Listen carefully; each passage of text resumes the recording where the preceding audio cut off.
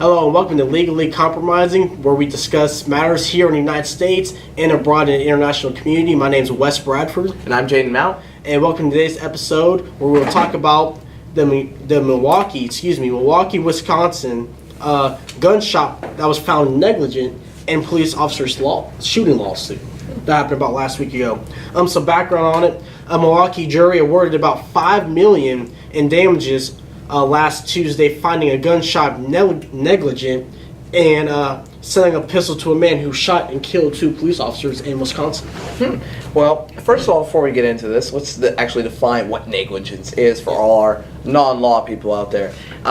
In Wisconsin, this varies state to state actually. In Wisconsin, the definition of being negligent is the individual at hand fails to exercise ordinary care.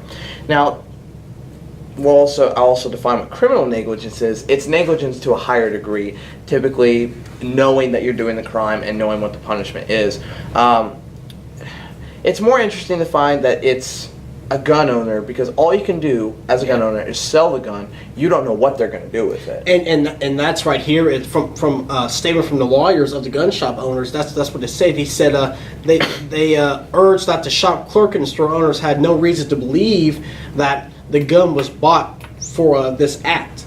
Now, to clarify, get some more background in it, the gun wasn't actually bought by the killer.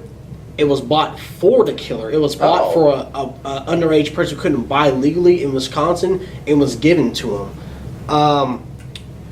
That's why the officers say the shop was held negligence, because they believe that the shop owners knew that this gun wasn't being bought for the buyer, because the buyer and the person who was buying for was both at the gun, picking it out. The non-buyer was saying, "Hey, I want this one," and the older gentleman who could buy it bought it for him. So I think that's why the police officers are making a point here, saying you guys were negligent, because you can see that the buyer wasn't buying it for himself. He was buying it for that underage person who couldn't legally own a gun in Wisconsin. Well, I still find it curious, the fact that it's not something, and this is probably the biggest argument with this story. Gun owners cannot control. It's like going to a restaurant and ordering something that you may know to be allergic to. Yeah. Okay. You could have a peanut allergy and order, peanut chicken at a Chinese place. I'm probably going off really wrong on that one. And you have a peanut allergy. You can't sue the restaurant because you knew you had that allergy and you ordered something with peanuts in it. Just like this, you can't go to a gun, or you can't be the gun owner or the gun shop owner, sell a gun to somebody and be responsible for what they do with that.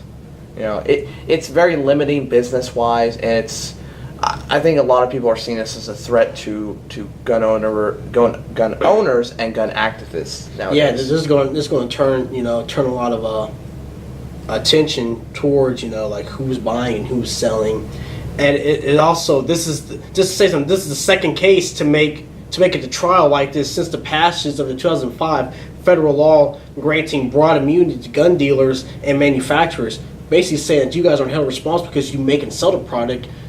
They're saying that the people who buy it are responsible, and I don't agree with that. I think both parties are responsible. You're responsible for selling legally, legal weapons to legally obtaining citizens. Now, if you see that a citizen is buying for a minor, in this case, who can't buy a gun, you should say something. You should not sell that weapon. But in this case, they knew that this person was buying the gun for this younger person who wasn't legally able to have a gun, and they still allowed them to buy. I see the police's argument here is that you knew right there that you should, this wasn't going to be to your buyer. This was going to be to the buyer's friend next to him. All right. Well, definitely it's still, no matter how you look at it, people are going to find this to be a threat. I know Milwaukee's governor is happy about this case. A lot of gun control activists are happy about this case. A lot of police are probably happy about this case.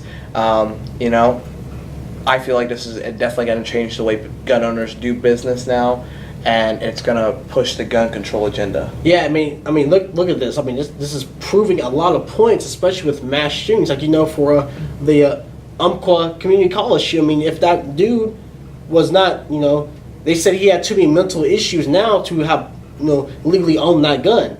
Like that's what people are wanting, mental checks on gun buyers, and that's reasonable. Don't you think that's reasonable? It can be reasonable to I think an it is. extent. You have to understand. You got to make sure that person giving the evaluation is unbiased, is non-biased, and also make sure they're not being paid or bribed in any way. Yeah. There's a checklist you have to go through. But I mean, this proves the point. If those people like that, and the Royal shooting and the Sandy Hook shooting, people couldn't get their guns, we would never have this much loss of life. In America in general, if guns were kept out of the wrong hands, we wouldn't have this high, murder rate in the United States of America. Just to sum it up, the man who shot the two officers were given life in prison without parole. Officer Coons, oh my goodness, yeah, I don't think could you pronounce Where's that? Right there, Coonsnitch, I think. Yeah. Coonsnitch.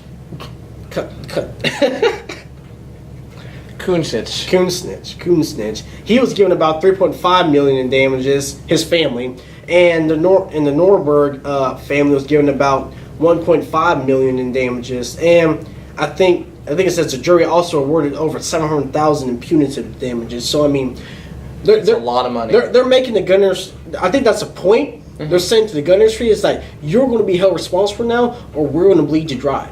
Like we are not. I think this Wisconsin jury had enough of the shootings. I think that's what it was, because I think they had enough of the bloodshed. They had enough of the wrong people having the guns. They're going to start holding these, these the NRA and these gun lobbyists and these gun manufacturers and such responsible for the weapons they sell and to who they sell them to.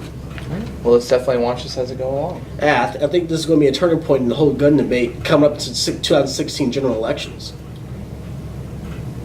Well, that's all for today. We'll see you next time on Legally Compromised. And again, I'm Wes Bradford. I'm Jaden Mount. And we hope you guys have a wonderful day. Bye.